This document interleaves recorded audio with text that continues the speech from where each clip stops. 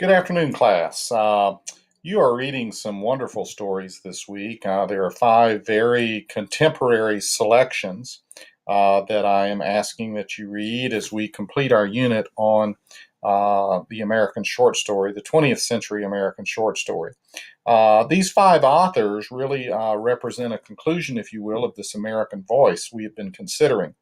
The first author is Toni Cade Bambara. She is the only author you're reading this week who is deceased. She died at a very young age in 1995. She was born in Harlem.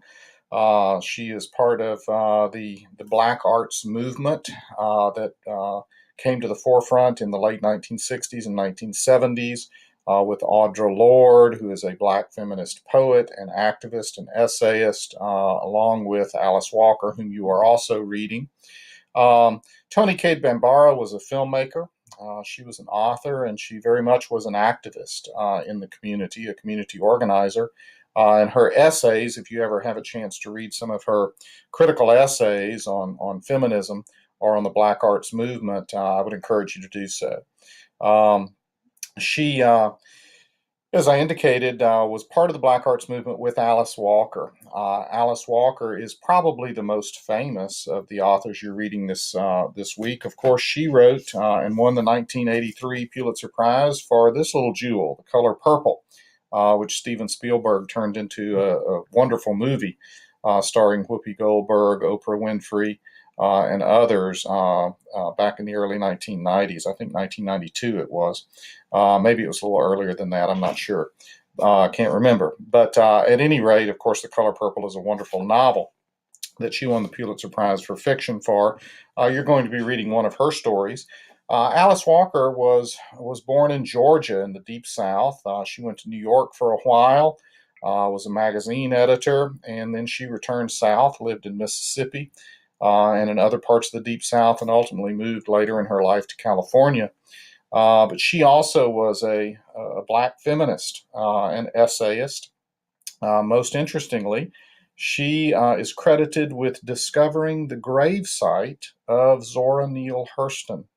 Alice Walker is a noted Zora Neale Hurston scholar and really helped rediscover, if you will, Zora Neale Hurston's work and brought Zora Neale Hurston back to the forefront in the literary community in the 1970s, particularly after she had sort of fallen out of favor in the literary community.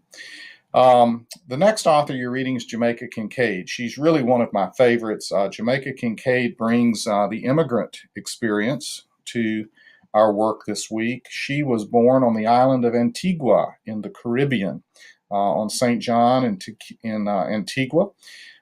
She is most famous for her themes dealing with mother-daughter relationships, and certainly you're going to see that in Girl, which is a very, very short story this week with a very interesting structure, and also themes dealing with class and power. And in literary theory, what we talk about in terms of post-colonialism or imperialism, which is essentially a power structure imposed by those colonial oppressors who have colonized a particular place. And she really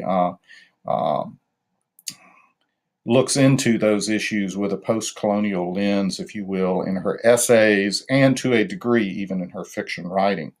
I think you'll enjoy that story by Jamaica Kincaid. The fourth writer you're going to read this week is Sherman Alexie. Sherman Alexie is a novelist. He's a short story writer. He's a documentary filmmaker. He is also Native American. His father was of the Shoshone tribe, I believe, and his mother was Choctaw. I may have that backwards. I will suggest to you to look it up. But both of his parents were from different Native American tribes.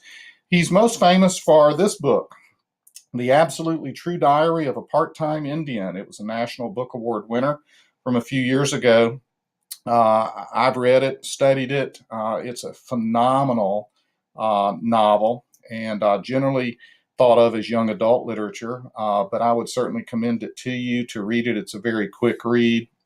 Sherman Alexie really talks about the Native American experience in America. And this dovetails very nicely with the experience that Jamaica Kincaid talks about, and also the experience that Junot Diaz talks about, who is our fifth author this week.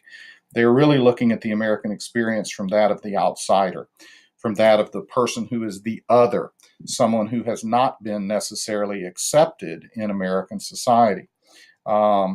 Our fifth and final author this week is Junot Diaz. Junot Diaz is from the Dominican Republic.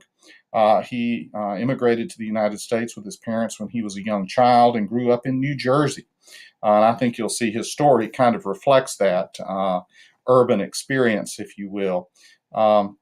He won a Pulitzer Prize in 2008 for his novel, The Brief and Wondrous Life of Oscar Wilde. That is also a very good novel that I will commend to you. So we have five very different authors this week, but they share a common thread. And part of the common thread they share is the experience of the other, the experience of someone who is viewed,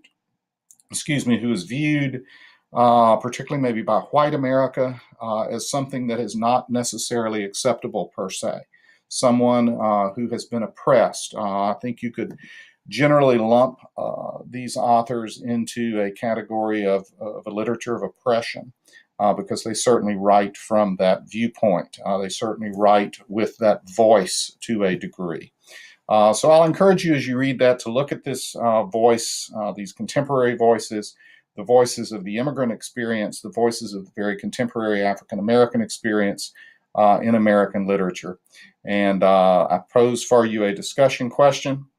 And I apologize for getting that up one day later than I normally do. I had some internet connectivity issues and had to get a repairman to come out to do that. And then I had to come over here to my office in order to do the video today.